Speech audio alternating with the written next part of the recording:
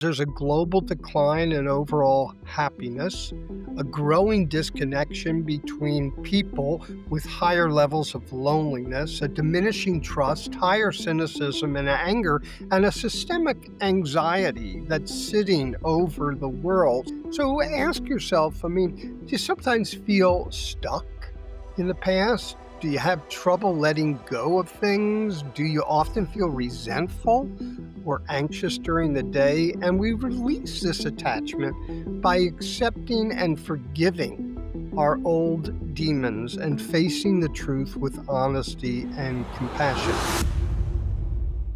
So, Bob, super excited to have you here. It's a topic that I think everybody can relate to. What your latest book and what your research has done, and when you talk about detaching from some of these attachments and maybe unhealthy habits and things that people get in. I mean, this is a life conversation, and you can't talk life without talking about the things maybe you should separate from. What drove you to dive into that topic? Well, I've been coaching top executives for about 40 years.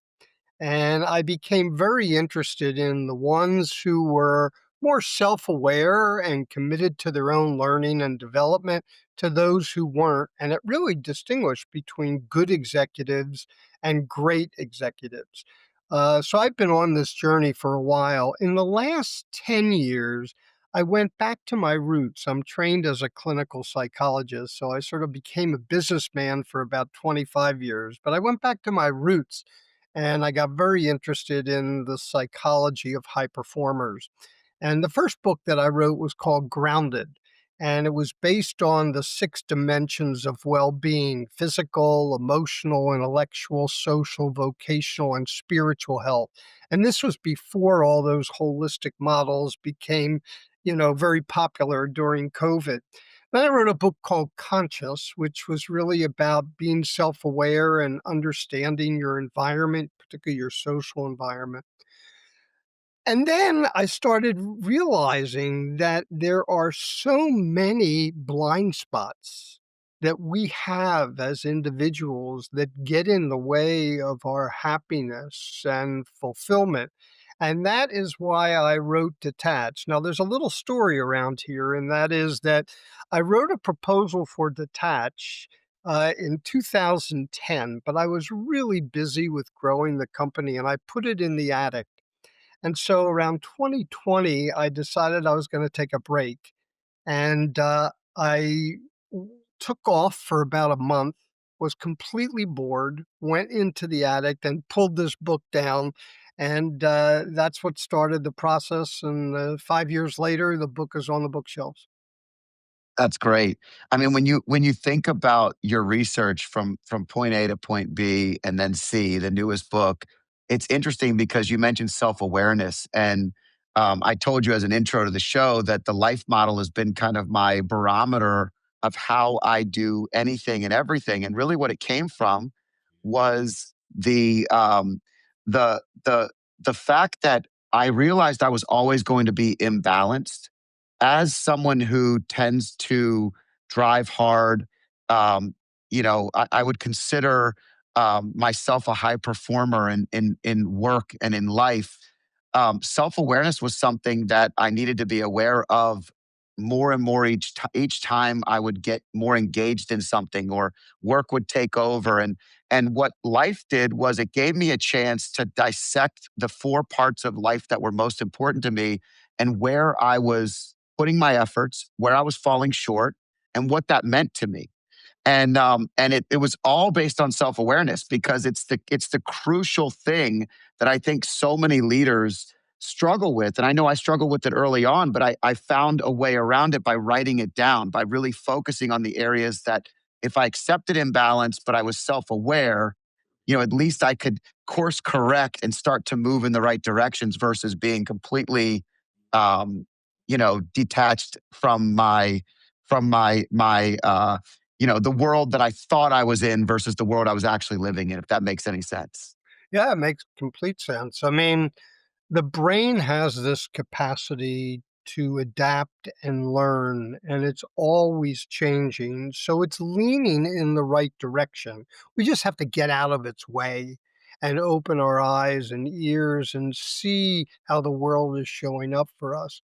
My work was really across the world. So I was coaching CEOs in eastern part of the world and western part of the world. I became very interested in the psychology of both. And from the eastern psychology, I learned that many of us live with attachments, which are blind spots that get in the way of us seeing ourselves and the world clearly. And so I wanted to identify the common attachments that got in the way. At the same time, Western psychology teaches us about dreams and aspirations and problem solving. And so I looked at the 10 attachments that got in the way of people's self awareness and the 10 aspirations that got them out of that blind spot. And that's really what detach is all about. Um, Now, we can go over some of those attachments that I think are most common among high performers, if that would be useful. I'd love to. Yeah, I'd love to because I think where my mind was going was I wanna hear some of the ones that stand out that you think resonate most with the and really when we define high performers, anyone listening to this show is trying to get better. They're trying to grow, and that to me symbolizes someone that is working towards a better future, and a lot of them are grinding and driving towards that future, and so just listening to the show puts them in a place where they're hoping to be a little better today than they were yesterday. So I think we're all in that spot, and I'm also interested to understand after you define a couple, where did you struggle the most as you did the research? Where did you find that your challenge was? Well, I think there are 5 demons that are really relevant to high performers, and 2 of them hijacked me. Um, the first one, generally, which didn't hijack me, which is the attachment to stability. To stay calm in a world of chaos, many high performers believe that they can create stability and security in their lives, but there's no such thing because every time we breathe, the world changes. We love the feeling, but it's simply unsustainable to live in a world of stability because uncertainty is reality and stability is an illusion, both in our brain and in our psychology. And by fearing change and uncertainty, we risk becoming too attached to stability. So the key is to move from an attachment to stability to the aspiration of agility. Now, this reframe is critical in the world today because there's a global decline in overall happiness, a growing disconnection between people with higher levels of loneliness, a diminishing trust, higher cynicism and anger, and a systemic anxiety that's sitting over the world. So people are less comfortable in their own skin these days. So here's some tips for dealing with this stability. First of all, is to recognize the world is impermanent and is changing every moment of every day. And then you have to get comfortable with just the right amount of anxiety. Not too little, which is the face of complacency, pushing all problems under the rug, and not too much, which is the face of chaos. So it's just the right amount that gives you the energy to drive yourself forward. So attachment to stability is a big one, and generally people who have it know it. The second one is the attachment to the past. And this one is really quite common. Many of us are shackled by the past. Okay, we idealize or demonize our memories and become immobilized by old emotional scars, childhood relationships, business deals that went sour. So, by not facing the truth inside of us and practicing forgiveness of what happened, we risk becoming too attached to the past. So, ask yourself, I mean, do you sometimes feel stuck in the past? Do you have trouble letting go of things? Do you often feel resentful or anxious during the day? And we release this attachment by accepting and forgiving our old demons and facing the truth with honesty and compassion. So you have to experience the full range of your emotions. So, what do you do? Well, you got to get comfortable being uncomfortable, and you got to accept that that is human nature. Second, you got to discover your deepest emotions. The positive emotions like hope and love and empathy and compassion, but also the more difficult ones like anger and shame and guilt and anxiety. And then you learn to surrender to those emotions and then let them go and ultimately forgive yourself and forgive others. A lot of people get trapped in this. I'll give you one quick example. Though now an executive vice president, making tough decisions at a Fortune 50 company, Richard was completely paralyzed by indecision. And it was a result of his narcissistic father being constantly critical of him. But he was determined to prove his father wrong. And with the help of his wife and some therapy, he learned to forgive his dad and to heal. And that story echoes a lot with executives who are raised by controlling parents. So that's the second one that really grabs people. Yeah, I think that childhood, um, past focusing too much on our childhood, focusing too much on the imperfections of your parents, focusing on challenging, traumatic things that happen. People can get stuck so often in that, and it can also be challenging to separate. And I could see that being a major, major challenge. I also see executives oftentimes where they get into a chaotic moment or a challenging moment, and you see some of those wounds come out where it's very evident. And that is definitely something that I think people can relate to. But I think I see this a lot in families too, Bob, where Yeah. sometimes in a family, I have friends and people that I know really well where some people are focused so much on the past they can't move forward and they're paralyzed Well, and they're one of the things that is critical for healthy adult development is to recognize that your parents did the best they could at the moment of in time. And so it was never in 99.9% of the cases, it wasn't bad intentions. It was really bad behavior. And so we need to accept the fact that we're imperfect. And that's another attachment that I can talk about. But I want to talk about the flip side of the attachment to the past, which is the attachment to the future. Because a lot of high performers, including myself, had an attachment to the future. And what that means is that you're constantly looking ahead and living in the future, and you engage in what we call ceaseless striving, unnecessary worry, unnecessary anxiety, because you have no idea what's going to happen in the future. So basically, so we spend all this energy trying to control the future. And I spent way too much time in the first trimester or two of my life, looking ahead, being ambitious, trying to create the world and the dreams that I wanted. And I think a lot of high performers struggle with this. And when you combine an attachment to the future with an attachment to control, you have a real problem because you're trying to control the future that hasn't happened yet. And so here's the deal. Many executives, high performers are have an attachment to control. It comes with the territory. From early childhood, we're taught to shape our environment. Entrepreneurs are great at this. We take charge, we cleverly maneuver our way through situations, and we're determined to control the uncontrollable.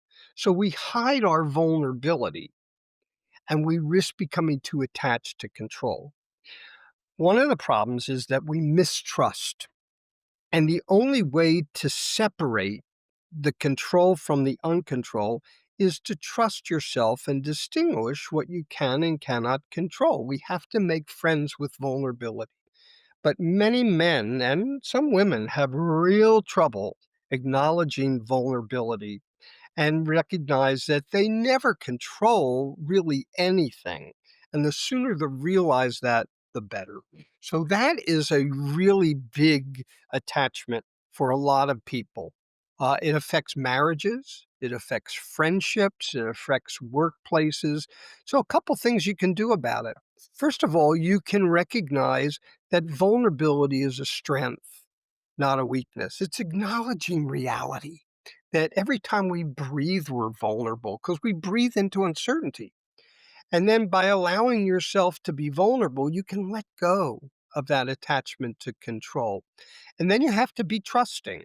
And a lot of problems with the virtual workplace is that we have leaders who are very mistrustful of other people's intentions. But if you trust 95% of the people, then let the 5% of the people who you can't, let them go because they got to deal with their own heart. They got to deal with their own sense of mistrust. So this attachment to control is a big deal. Yeah, well, especially when coupled with the future, because Yes. I could see that being a challenge. I think that, um, I can relate most to those 2. I definitely like to control my destiny, and I love to look deep, deep into the future and that constant striving. It's funny, a lot of times, um, you get so used to planning out the future. You get so used to building these aspirational dreams and goals that you forget the reason that you're doing them. You just keep doing them. And I was talking to some people in business this past week that are building big financial wealth management companies, and they were talking about growth. And I asked them, I said, okay, what's the goal? What's the end game? And they're like, "Well, I'm just growing. I'm growing to grow." I'm like, "But I know, but what are you doing it for? What do you want more of?" And they were like, I want to get to a billion, or I want to get to 2 billion, or I want to." These were the words they're using, and I said, I've been there, and the hardest thing for me is focusing on the present state, but the more I do, the happier I am. I feel like the more we focus on the future, the more anxious we stay. The more we focused on the past, the more we're focused on the past, the more in a depressed state we can get. But the present state is where peace lies, and it's the hardest place to be. Yeah, Um, it's interesting. The people who are attached to the past tend to be sadder and more depressed because the past weighs them down. And the people who are attached to the future tend to be more anxious people. But it is really important to live as much of your life in the present. Now, I think it's unrealistic to recognize that you can live your whole life in the present because goals and dreams are important and memories are important. But if you're living 75% of your time in the present, you're doing pretty damn good. And so that's a really, really important one. Um, Another one is the attachment to perfection. Now, here it's interesting. In striving for excellence, many high performers get tripped up by the attachment to perfection. I mean, let's face it, we are imperfect by nature. But how many of us are driven by the need to be perfect? Keeping this quality to ourselves would be bad enough. But we tend to impose our perfection on other people. And by fearing looking inadequate, we risk being too attached to perfection. So you got to ask yourself, do you operate with unusually high standards? Do you get embarrassed when you make a mistake? Are you a chronic worrier? Because underneath this attachment is the fear of not living up to your own expectations, the fear of not being accepted, the fear of not measuring up, the fear of our own critic. But if we can accept and fall in love with our imperfections, you can loosen your attachment. So let's take some advice from Brian Cornell. I've known him for a long time. He's the chairman and CEO of Target. He said to me, I was criticized for wanting to be perfect at an early age in my career. I wanted to make sure that I was completely buttoned up. Now, how many people on this show really desire that? So one day, his old boss sat him down and said, Brian, you do great work. You have an amazing work ethic and you're always organized, but everything is perfect and every word is thought out. But you should spend more time just being yourself, being genuine and staying approachable. And the Brian today uses this advice every day because the life of an top executive is very challenging. So you got to fall in love with your imperfections and confront the inner critic and always ask the question, do I have the balance between work and life right? And why am I driving for those extra $1,000,000? Extra $1,000,000,000. Right. What is driving me inside of that? And if you're managing somebody, then you have to act with constructive impatience, which is not being too constructive, which is being too safe and not pushing people, and not being too impatient so that you're self-critical and critical of others. So it's this constructive impatience. So this attachment to perfection affects people, and the people who have it know it in spades. I think a way to combat this is to do more video and audio and to have all the stuff out there because you Yeah. have to have grace for yourself when you're putting stuff out in the universe in social media in podcasts. You know, I do so many interviews and different things in media that I have learned to. It doesn't mean I don't want to make it better, but I definitely have to embrace the imperfections because they're just going to come out. In those moments, they just come out. And it is definitely I've always felt like the pursuit of excellence is a good thing, but the pursuit of perfection is something that's a trap. And you'll never be perfect and you'll never be fully happy with that. But excellence is something that is more effort driven.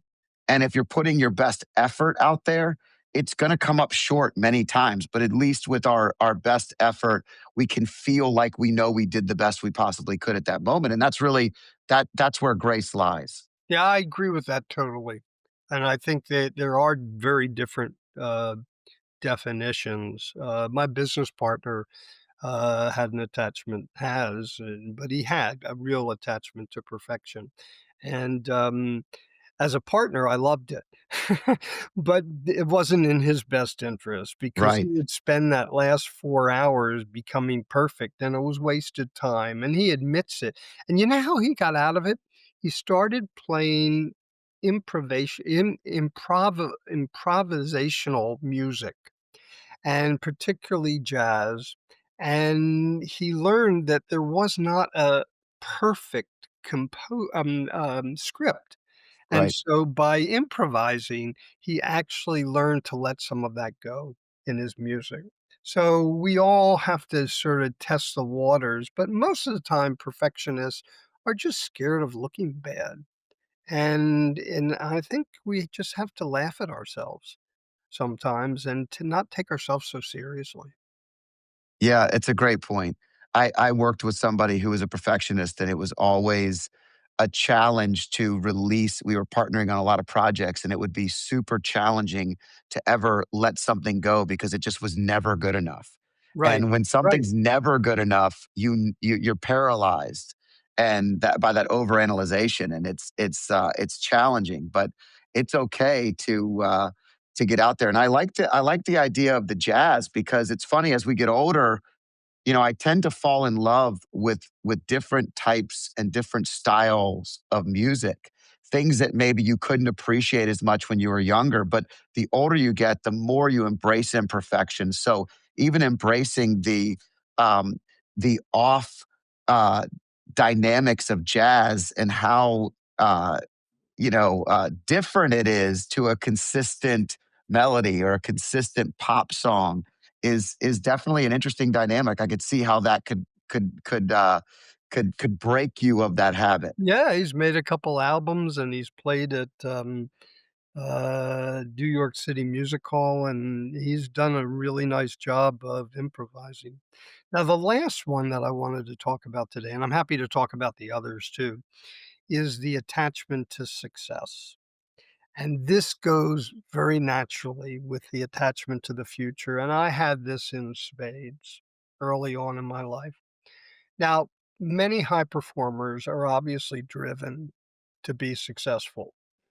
But when our desires for success turn into a compulsive need for achievement, we've got a problem because we define our success from the outside in based on other people's expectations and not our own. And this is often driven by our fear of failure, which drives our attachment to success. So ask yourself, do you need to be successful to be happy? That's a really powerful question. Do you feel that something is missing in your life? Are you envious of other people's successes?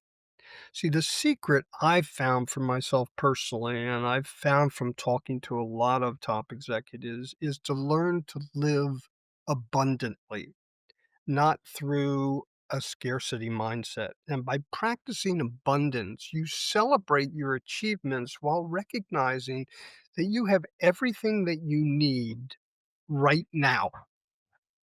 And that is so hard for people. I know that I have a colleague of mine that after 30 years of success at the company Arbitron, Kathy, a top executive there, had it all. She had a great career. She had a loving family. She was engaged with her community. And then cancer and an economic downturn and dwindling retirement funds hit simultaneously.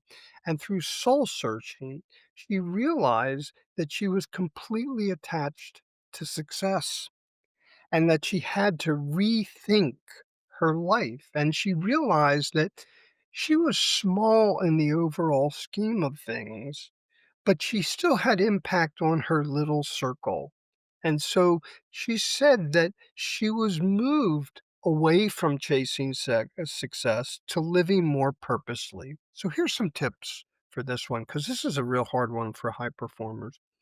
Confront your fear of failure, okay, of not having enough money, of not being good enough, your fears of inadequacy or insignificance. Practice the 6 dimensions of being grounded, as I talked about earlier, and love yourself unconditionally and get comfortable with who you are and what you have. So, this attachment to success and the attachment to the future haunt high performers. And if they can live in the present moment more and put success into perspective about with their whole life, they can be happy at the same time that they're striving toward high performance. I could see this being a big challenge, and it's interesting. In my own life, I think that there's a healthy dose of wanting that level of success and knowing that you can achieve more. It's challenging when you see success come and you want to do more and you know it's there. So it's like, if I know I can help X number of people, but I can help double that, it's sometimes challenging to not continue on that journey.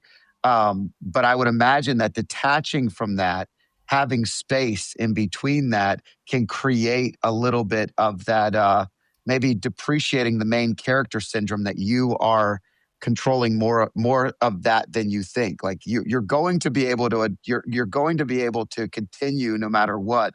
But I think with the example you gave is she was still significant in whatever circle she was in, even if it was reduced, and she found abundance and life and enjoyment from things that maybe she otherwise wouldn't have because she was always chasing that level of success. But I think it's interesting because I would struggle with this a little bit because I know I can. Sometimes I tell myself just because you can doesn't mean you should, and Exactly. and That's a that's very hard. That's hard. it's a very hard thing, and the thing is that a lot of us, uh, get hijacked by our ego, and we think that we're more important than we really are.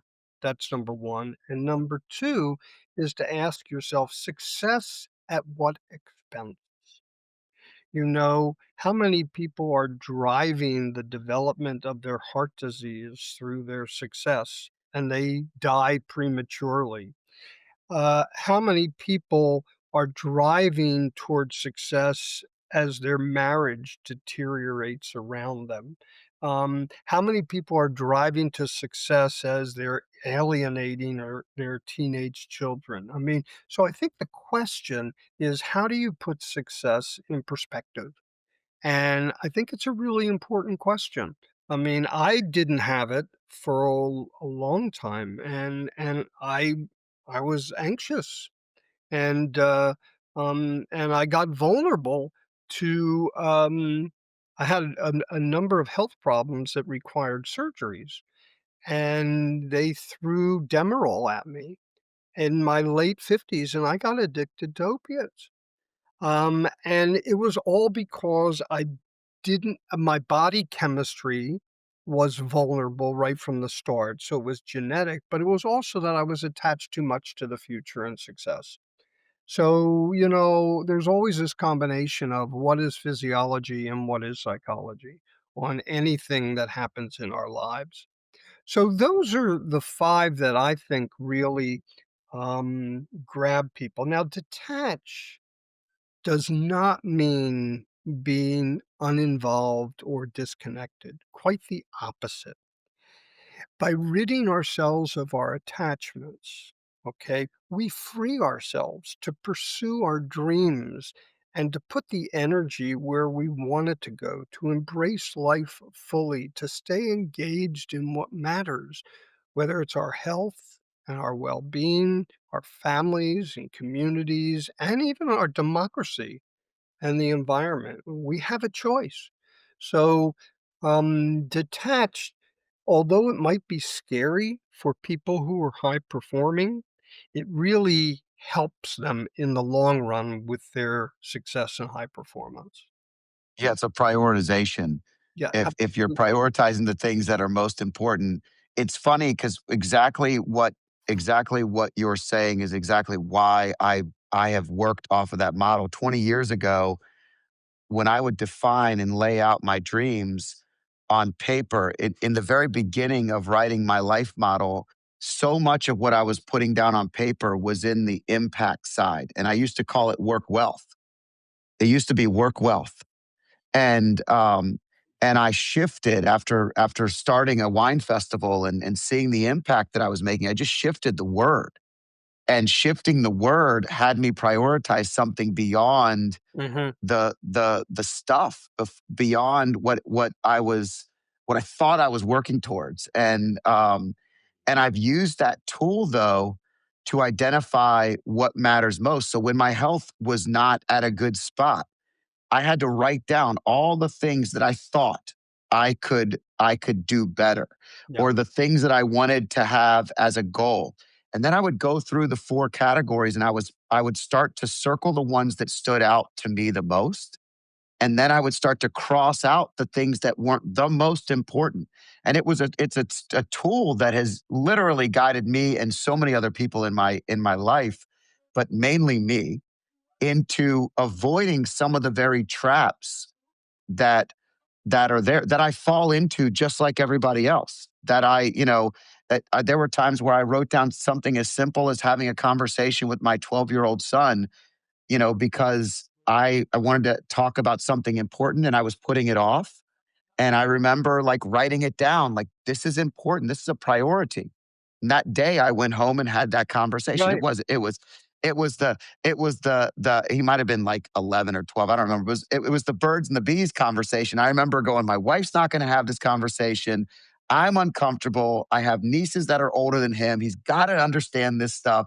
It might have been 10. I don't remember how old it was. All I know is that it seems so stupid to write it down on a piece of paper, but I was so busy that I wasn't having that conversation with him and I was afraid someone else would. And I remember that I would get so granular in some of this disconnection to what mattered most that I would just try to brain dump what did matter most, and it helped me a lot. Sure, sure.